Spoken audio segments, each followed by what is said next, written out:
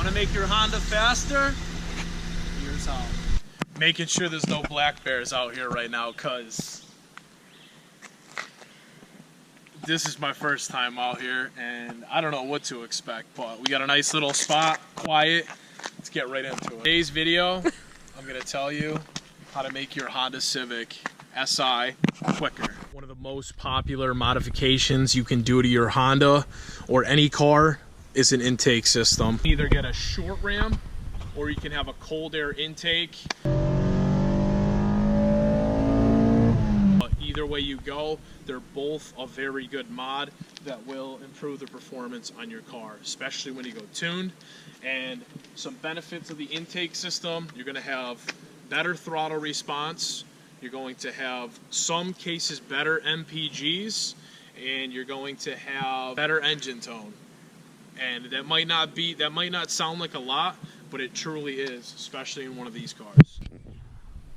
Does this look cool? Don't take your hand off. You look like a douche. Another thing an intake provides is mid to upper range power in your power band. And I have a K&N, and honestly, once I got Honda, it just changed the whole car around. Even without Honda, the throttle response and the power is noticeable. You already know. Pulled it out of the car. I had to pull it out of the car. Honda Flash Pro. This mod is by far my favorite mod. It's the most expensive one, but it is the one that will turn this car into something else. And I can tell you that in all my videos. And for the guys who don't have this, or girls who don't have this yet, believe me when I tell you, this mod will make your car quicker than it is from the factory. The Honda, there is so many benefits to this little device. It's incredible. From changing the launch control, you have a bunch of tuning options. There's a bunch of base maps on here. They might not be the best, but there is a ton of different base maps for different setups. My favorite thing about this is the Vtec Engagement. Now you can lower and you can also raise where your upper Vtec engages on the fly, which is super cool. This mod is going to cost you $700 for a Civic Si. Now that might sound steep. It was steep for me kind of, because I'm on a budget and I'm cheap as hell. But I will tell you, the $700 compared to other cars, this is a cheap solution, especially because you can change your tune wherever and whenever you want. What is this? What is that? You guys see that little baby pipe?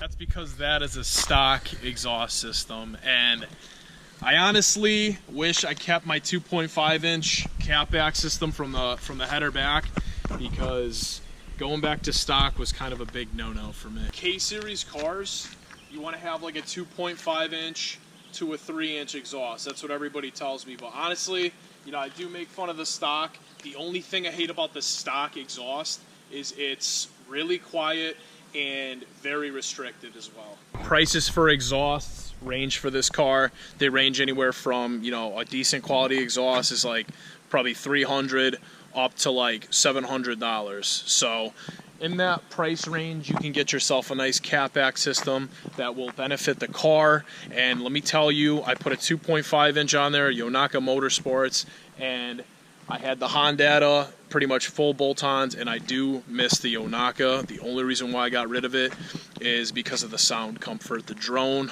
over 3,000 RPMs, but this thing used to rip. It was way quicker than it was now, to where I went and put the stock back on. Benefits on upgrading your exhaust are top-end power. You're going to have way more top-end power, especially with a 3-inch, but you're going to lose torque with a 3-inch exhaust.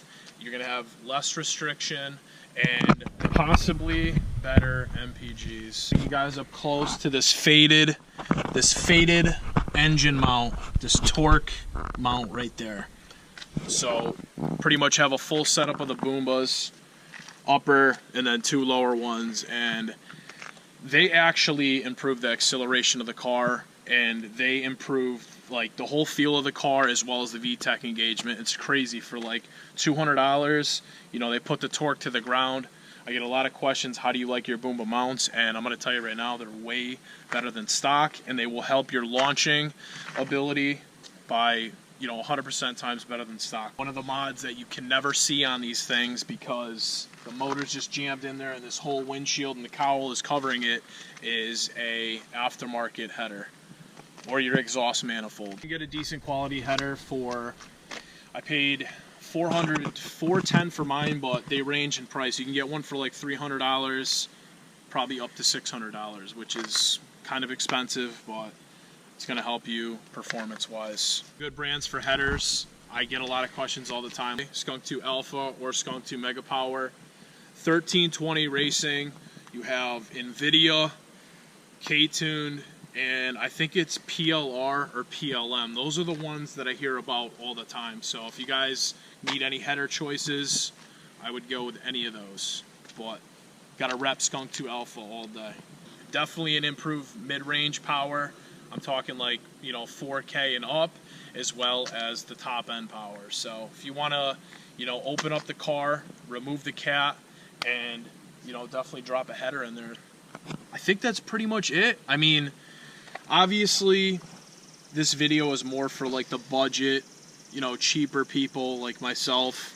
But, you know, if you really want to make these fast, you gotta do serious motor work. You can go boost. I didn't mention superchargers. I didn't mention turbos, but you know, when I do have the funds one day, I talk about it all the time. I will have the time and money to put into this car that I want, the power that I want. You want to make your Honda quicker, even if you have a regular single overhead cam.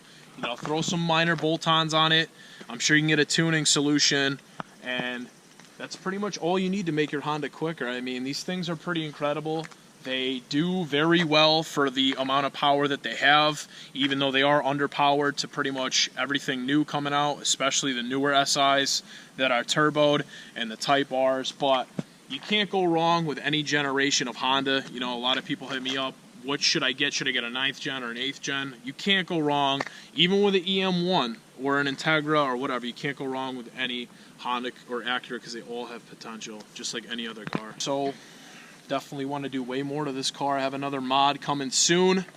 I gotta rip this thing off. I gotta get the intake manifold off. I want to clean all this up, get all this crap out of there because it doesn't complement this at all by any means. No. So definitely trash. But yeah, I'm like looking around. If you guys notice, I was looking around in the video. I'm looking for like bears because even though I'm in Connecticut right now, we're in Connecticut, it is kind of, you know, sketchy out here, if you want to say so. I had a pretty rough encounter with a bear before, so rephrase that. Not a rough encounter, but a sketchy encounter. Like, it was from me. It was probably from the car here to like the second to last picnic table away, and there was like a huge mom bear with her cub, and it was a huge deal. So I have very good, what is it, peripheral? You don't even know what it's called. My side senses are very good. Peripheral. I see. I was close. What I I said say? Preferable. Get on with your outro, guys. Like this video. Give me a like. Smash the like button. Drop a comment down below. You know what Hondas you have, what mods you've done to your cars. Obviously, a lot of you guys probably have way faster ones than mine. And as always, you know, subscribe. I'm going to be trying to push out more content in these next few weeks. I've been working hard, been working a lot. So if you guys wondering where I've been at, your boy Gerb's been on the 9 to 5 grind. So that's where we've been. Peace out. Your boy's out.